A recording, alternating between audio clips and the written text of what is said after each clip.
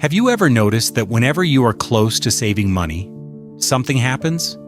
An impulsive purchase, an unnecessary expense, a bill that suddenly needs to be paid. And you ask yourself why this always happens to you. Why other people manage to save, and you do not. Why it seems there is an invisible force preventing you from progressing financially. The truth is, there is indeed a force working against you. But it is not the universe, it is not bad luck, it is not lack of opportunity, it is your own brain. And it has very specific reasons to sabotage every attempt you make to accumulate money. Reasons that were programmed thousands of years ago and that today work actively against your financial success. Let us get straight to the point. Your brain was designed for immediate survival, not for future prosperity. 10,000 years ago, when our ancestors wandered in tribes, there was no concept of saving for the future. There was hunting today to eat today, finding shelter now to survive the night. This system of immediate reward was engraved in your brain. And every time you try to save money, every time you delay gratification, you are fighting against thousands of years of genetic programming. Your brain interprets saving as deprivation. And deprivation, for a primitive brain, means death. So it does everything to convince you to spend now, consume now, reward yourself now. The first sabotage mechanism is what happens when you finally manage to save some money.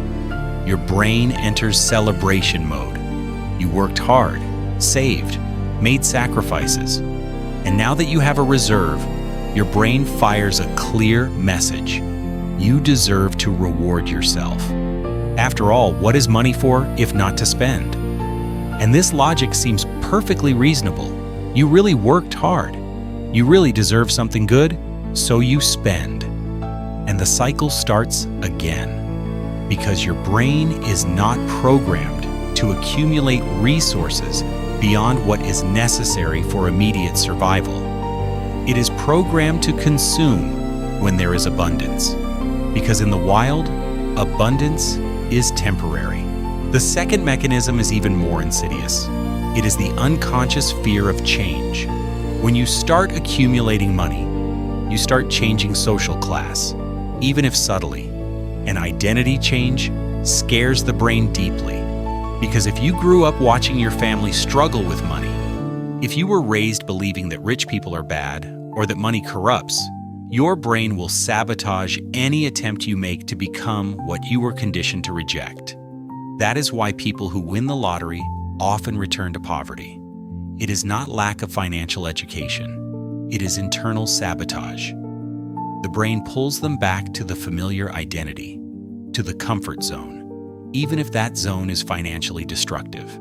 The third sabotage mechanism involves dopamine. Every time you buy something, your brain releases dopamine, the pleasure neurotransmitter. It is the same substance released when you eat chocolate, when you receive likes on social media, when you use drugs. And like any other source of dopamine, buying can become addictive. Your brain learns that spending money equals pleasure. And the more you repeat this pattern, the stronger the connection becomes. Until one day you realize you are not buying because you need to. You are buying because your brain is desperate for the next dose of dopamine.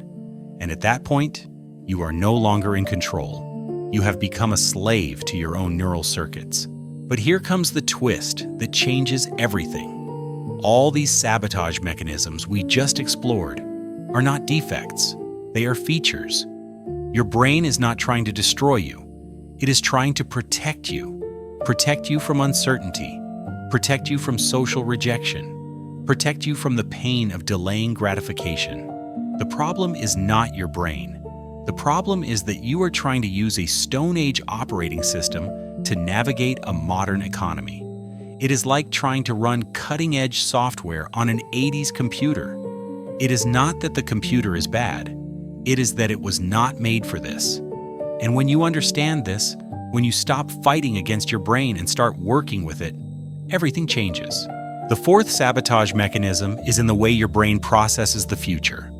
There is a part of the brain called the prefrontal cortex responsible for planning and impulse control.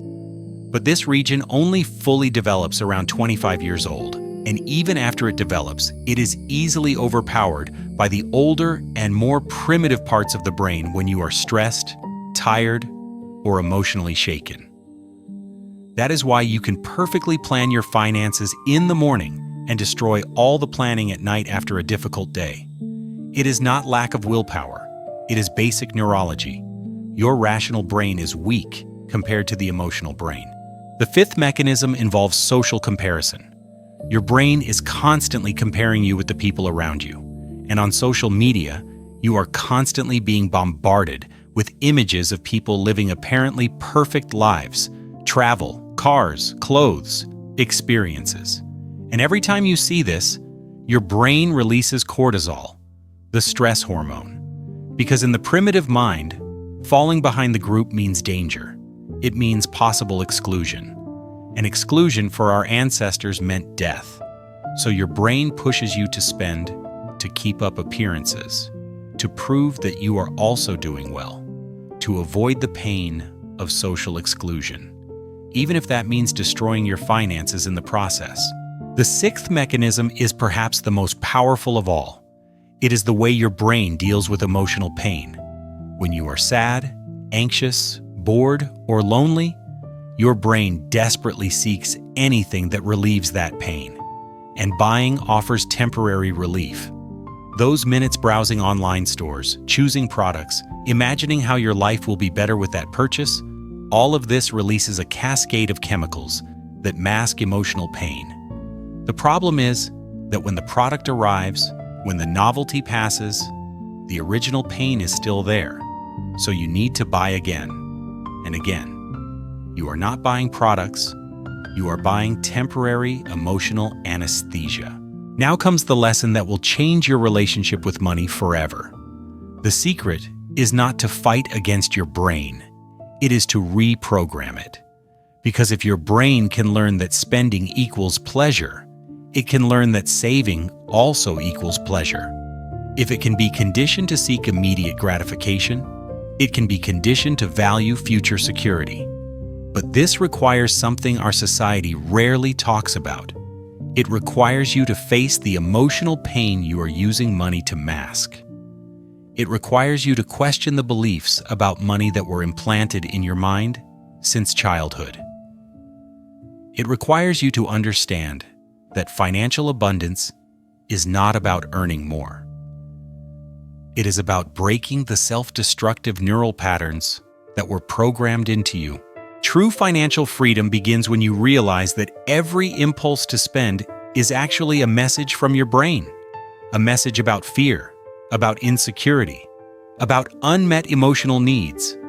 And when you learn to read these messages instead of just reacting to them, when you create space between the impulse and the action, you finally regain control. It is not about willpower. It is about awareness. It is about understanding that you are not your impulses. You are the one who observes the impulses. And in that space of observation, in that moment of pause, is your power. The power to choose differently, to act differently, to create different results. Your brain will continue trying to sabotage you. It is its job. But now you know the game. And when you know the game, you can learn to win it.